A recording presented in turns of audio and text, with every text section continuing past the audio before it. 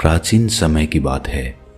एक समुद्र के किनारे एक गुरु अपना आश्रम बनाकर रहा करते थे। हजारों शिष्य उनसे ज्ञान ग्रहण करने के लिए दूर दूर से उनके पास आकर रहते थे। गुरु का ज्ञान देने का तरीका भी बड़ा ही अनूठा था। शुरुआत में वो अपने शिष्यों को उपदेशों के माध्यम से ज्ञान देते थे। उसके बाद वो अपने शिष्यों को उस ज्ञान का अनुसरण करने के लिए कहते थे। उस ज्ञान को अपने व्यवहारिक जीवन में उतारने को कहते थे। एक बार उस आश्रम में एक सम्राट अपने बेटे को लेकर पहुंचा। उस सम्राट ने उस गुरु से प्रार्थना की कि आप मेरे बेटे को अपने आश्रम में रहने दें और अपने तरीके से उसे ज्ञान दें। उसे इस आश्रम में बिल्कुल भी ऐसा नहीं लगना चाहिए कि वो किसी सम्राट का बेटा है। उसे बिल्कुल साधारण शिष्यों की तरह ही ज्ञान देने की कृपा करें। गुरु ने मुस्कुराते हुए कहा कि सम्राट, ज्ञान इसी तरीके से लिया जा सकता है। अगर तुम अपने आप को दूसरों से बड़ा समझोगे तो तुम ज्ञान ग्रहण नहीं कर पाओगे। अगर तुम्हें ज्ञान ग्रहण करना है तो तुम्हें दूसरों की तरह अपने आप को साधारण समझना होगा। यही ज्ञान ग्रहण करने की सबसे पहली सीढ़ी होती है। तुम निश्चिंत रहो, आज से तुम्हारे बेटे की जिम्मेदारी मेरे कंधों पर रही। ये कहकर गुरु सम्राट के बेटे को अपने साथ लेकर समुद्र के किनारे टहलने के लिए निकल गए। आश्रम के बाकी सभी बच्चे उस सम्राट को देख रहे थे।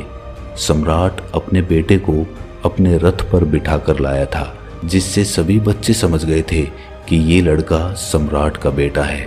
इसी वजह से आश्रम के सभी बच्चे सम्राट के बेटे की तरफ आकर्षित हो गए थे।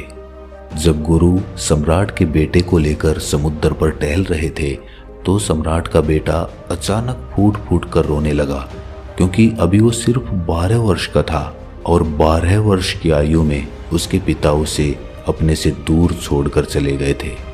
ये सदमा वो बच्चा सहन नहीं कर पा रहा था। वो नहीं समझ पा रहा था कि उसके पिता उसकी भलाई के लिए उसे उस गुरु के पास छोड़कर गए हैं। उसे रोते हुए देखकर गुरु ने कहा कि बेटा, मैं तुम्हें चुप नहीं करूँगा। हो सकता है कि आज मैं तुम्हारे आंसू पोंछ दूं, लेकिन कल तुम फिर अपने आप को अकेला पाओगे। याद रखना, जीवन में इंसान अकेला आता है और अकेला ही जाता है। जितनी जल्दी जो इंसान इस बात को समझ लेता है, वो उतनी जल्दी आत्मज्ञान के रास्ते पर निकल पड़ता है। गुरु ने अपनी बात आगे बढ़ाते हुए कहा कि जो इंसान अकेला रहना सीख लेता है वही खुद से प्यार कर पाता है, और जो खुद से प्यार करना जानता है वो किसी के भी जाने का अफसोस नहीं करता, क्योंकि वो खुद से ही प्यार करता है। धीरे धीरे तुम आश्रम के माहौल में ढल जाओगे। शुरुआत में तुम्हें समस्या आ सकती है, लेकिन कुछ दिनों के बाद तुम इसे आत्मसात कर लोगे। उसके बाद तुम्हें यही जगह बहुत अच्छी लगने लगेगी। ये जगह तुम्हें अपनी महल जैसी लगने लगेगी। संध्या हो चली थी। समुद्र के दूसरे छोर पर सूरज छिपने लगा था और अपनी लालिमा पूरे आसमान में बिखेर रहा था। बड़ा ही सुंदर दृश्य था और गुरु उस शिष्य को अपने साथ लेकर आश्रम में वापस लौट आए। उस शिष्य को भी थोड़ी सांत्वना मिली, क्योंकि गुरु की आंखों में एक अभूतपूर्व शांति झलक रही थी। और जब हम किसी एकांतवासी गुरु की आंखों में वो शांति देख लेते हैं तो हमारे हृदय पे से भी सारा भार हट जाता है। मन एकदम निर्मल हो जाता है। जब सम्राट का बेटा रात्रि का भोजन करने के लिए भोजन कक्ष में पहुंचा तो आसपास के सभी शिष्य उसके पास आने लगे। उन सभी को पता था कि ये सम्राट का बेटा है और अगर हम इससे दोस्ती कर लेते हैं तो उससे हमारा बहुत फायदा होने वाला है। यही सोचकर आश्रम के ज्यादातर बच्चों ने उसे घेर लिया था। बस कुछ बच्चे जो अकेले रहने का महत्व समझते थे, जो दिखावे में विश्वास नहीं करते थे, वो उस सम्राट के बेटे के पास जाने की बजाय अपना पूरा ध्यान खाने पर लगा रहे थे और एकांत में बैठकर अपना भोजन कर रहे थे।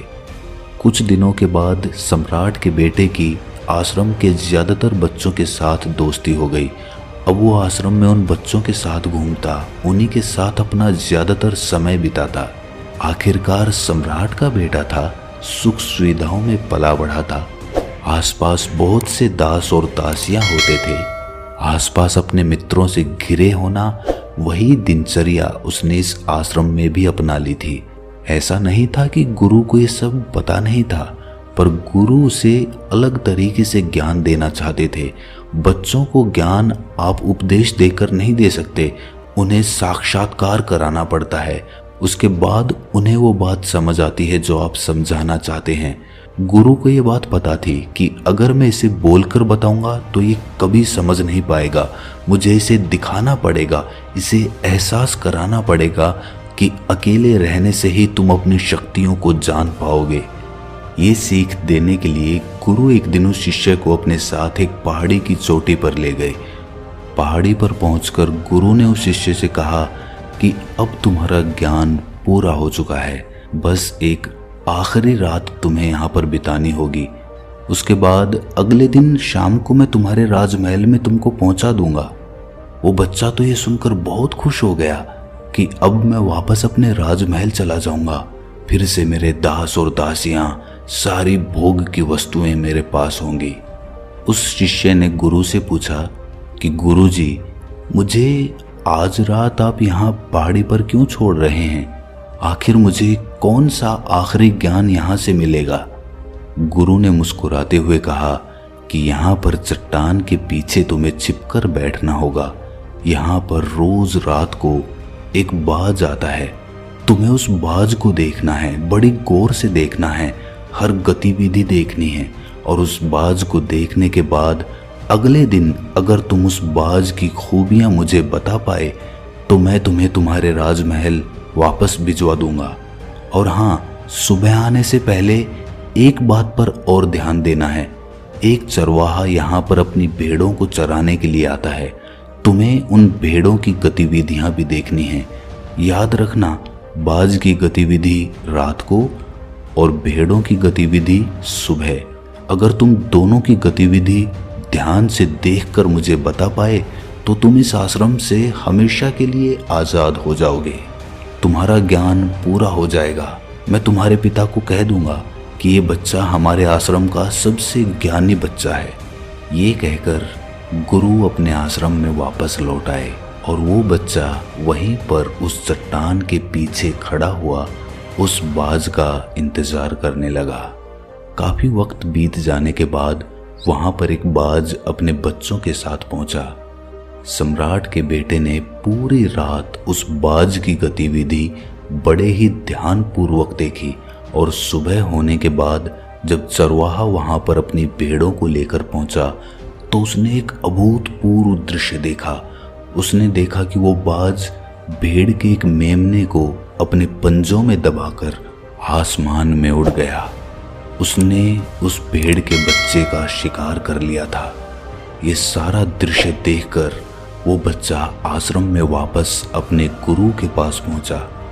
इससे पहले कि गुरु उससे कुछ पूछते, उसने गुरु को प्रणाम करते हुए कहा कि गुरुदेव, आप आश्रम के सभी बच्चों को यहाँ पर बुला लीजिए। मैं सब लोगों को बताना चाहता हूँ कि मैंने क्या देखा। जब आश्रम के सभी बच्चे वहाँ पर पहुँच गए तो उस सम्राट के बेटे ने कहना शुरू किया कि मैंने अपने जीवन में बहुत से पक्षियों को देखा है, लेकिन बाज उन सभी पक्षियों में से सबसे अद्भुत और सबसे अलग होता है। उदाहरण के लिए एक तोता हम सभी ने देखा है।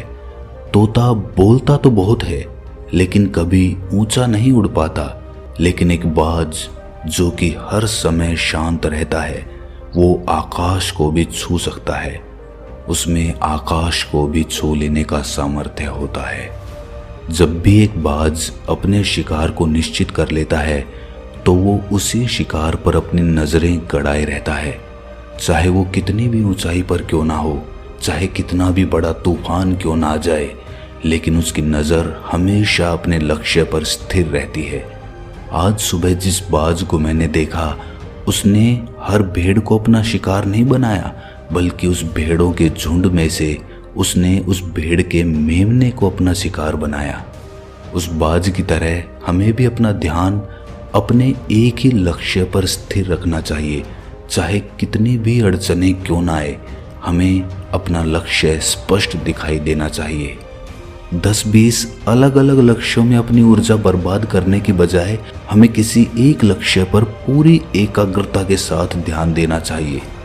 तीसरी बात जो मैंने उस बाज से सीखी और जो हम सभी को सीखनी चाहिए वो ये है कि बाज कभी भी दूसरे पक्षी के साथ नहीं उड़ता, वो हमेशा आकाश में अकेला उड़ता है। इससे हमें ये सीख लेनी चाहिए कि हमें कभी भी छोटी सोच वाले लोगों के साथ नहीं रहना चाहिए। आखिरकार हम भी वही बन जाते हैं जिनके साथ हम रहते हैं। इसीलिए या तो बड़ी सोच वालों के साथ रहो या फिर अकेले रहो, क्योंकि जब हम अकेले रहते हैं तभी हम खुद की ताकत और खुद की कमजोरियों को जान पाते हैं। कमजोरियों को जानकर उनको दूर कर सकते हैं और अपनी ताकत को जानकर उसका सही इस्तेमाल कर सकते हैं। लेकिन वो तभी संभव होगा जब हम अकेले रहना सीखेंगे। चौथी सीख जो हमें एक बाज से लेनी चाहिए कि एक बाज हमेशा अपनी सीमाओं से ऊपर उठकर उड़ता है। जब तूफान आता है तो हर एक पक्षी अपने घोंसले की तरफ भागता है, खुद को छुपाने की जगह ढूंढता है, लेकिन बाज ऐसा कुछ भी नहीं करता। वो खुद की सीमाओं को तोड़कर बादलों से भी ऊपर उड़ने का प्रयास करता है। हवाएं उसे थपेड़े मारती हैं, पंख उसके भारी हो जाते हैं, पानी और धूल की वजह से उसे कुछ दिखाई नहीं देता, लेकिन वो फिर भी आसमान की तरफ उड़ता रहता है और अंततः बादलों से भी ऊपर निकल जाता है और वहां तब तक उड़ता रहता है जब तक मौसम ठीक नहीं हो जाता। अपनी सीमाओं को सिर्फ इसीलिए तोड़ पाता है क्योंकि वो समस्या के आने पर उससे घबराता नहीं है, उससे डरकर बचने का प्रयास नहीं करता, बल्कि एक सकारात्मक नजरिए के साथ उसका सामना करता है। जीवन में चाहे कितनी भी अड़चनें क्यों ना आए, हमें उन अड़चनों से लड़ना चाहिए, ना कि उनसे डरकर कहीं छिपकर बैठना चाहिए। बहादुर तो वो लोग होते हैं जो तूफानों से टकरा जाते हैं, कायर तो अपने घर में, अपने घोंसले में अपनी जगह ढूंढकर बैठ जाते हैं। पांचवी बात जो हमें एक बाज से सीखनी चाहिए कि बाज कभी भी अपने घोंसले में घास के कोमल तिनके नहीं रखता। जो तिनके कोमल होते जाते हैं वो उन्हें निकाल कर फेंकता रहता है। उसी तरह चाहे कितनी भी आरामदायक जिंदगी आपको मिली हो, लेकिन उस आराम से ऊपर उठकर अपने आलस्य को तोड़कर जीवन में मेहनत करते रहना चाहिए। जीवन में पसीना बहाना चाहिए, शारीरिक मेहनत करनी चाहिए। अपने घोंसले से कोमल तिनके उठाकर फेंक दो और आज ही अपने आलस्य को तोड़कर निकल पड़ो। हर दिन अपने आप को चुनौतियां दो, हर दिन मुश्किलों से लड़ो, क्योंकि वही मुश्किलें तुम्हें मजबूत बनाएंगी। जंगल के राजा शेर को भी झुंड बनाकर शिकार करते हुए देखा जा सकता है, लेकिन बाज हमेशा अकेला शिकार करता है, क्योंकि वो जानता है कि भीड़ हौसला तो देती है मगर साहस छीन लेती है। आदमी को हमेशा अकेले ही आगे बढ़ना होता है। यही कारण होता है कि वो जल, थल और नभ सभी जगहों पर अपने शिकार का परचम लहरा सकता है। बाज की उम्र लगभग 70 साल की होती है, लेकिन 40 साल में ही उसका शरीर बूढ़ा हो जाता है। नाखून उसके पैरों में धंसने लगते हैं, पंख उसके शरीर में चिपक जाते हैं, उसकी चोंच मुड़ जाती है, उसका शरीर भारी हो जाता है। ऐसी स्थिति में शिकार करना तो क्या, उड़ने की भी हालत नहीं रहती उसकी। ऐसे में उसके पास सिर्फ 2 विकल्प होते हैं। पहला, या तो वो खुद की इस अवस्था को स्वीकार कर ले और भूखा प्यासा मर जाए, या किसी दूसरे जानवर का शिकार बन जाए। और दूसरा विकल्प ये होता है कि वो 6 महीने एक बहुत ही दर्दनाक प्रक्रिया से गुजरे और खुद को फिर से पहले जैसा मजबूत बना ले। लेकिन बाज तो बाज है, वो दूसरा विकल्प चुनता है। इसके लिए वो खुद को एक बहुत ही ऊंचे पहाड़ पर ले जाता है, जहां वो पहले अपनी चोंच से अपने सारे पंख खींच खींच कर उखाड़ देता है और फिर चट्टान पर पैर मार मार कर अपने पंजे तोड़ देता है। उसके बाद उसी चट्टान पर अपनी चोंच को पटक पटक कर तोड़ देता है और इस लहूलुहान अवस्था में खुद को दूसरे जानवरों से छुपाता फिरता है। अगले 6 महीने तक वो इसी दर्दनाक प्रक्रिया से गुजरता है और इंतजार करता है नई चोंच, नए पंख और नए पंजों का। तब फिर वो अपनी नई जिंदगी शुरू करता है और निकल पड़ता है अपने शिकार पर और अगले 30 सालों तक फिर से राज करता है। इसीलिए समय आने पर हमें भी अपनी पुरानी आदतों को छोड़ना पड़ता है और कुछ नया सीखना पड़ता है। समय के साथ बदलना पड़ता है, अपने आप को तैयार करना पड़ता है, वरना हमारा भी शिकार हो सकता है, हम भी पीछे रह सकते हैं। इसके बाद सम्राट के बेटे ने भेड़ों की विशेषता बताते हुए कहा कि भेड़ हमेशा झुंड में चलती है। उन्हें झुंड में एक साथ चलने से हिम्मत मिलती है, लेकिन जैसे ही उन पर शिकार होता है वैसे ही वो भीड़ तितर बितर हो जाती है और उस पूरी भीड़ में से एक भी भेड़ अपने साथी की मदद करने के लिए वापस नहीं लौटती।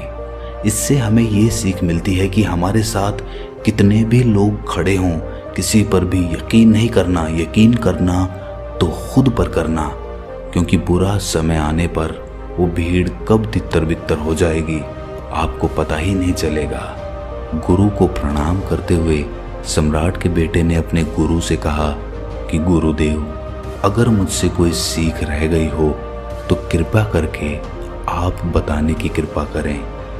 गुरु ने सभी बच्चों को संबोधित करते हुए कहा कि ये सभी बातें जो अभी इस बच्चे ने बताई है सब सही है, लेकिन ये सारी खूबियाँ आप लोगों में तभी पैदा हो पाएगी जब आप अकेले रहने का अभ्यास करेंगे।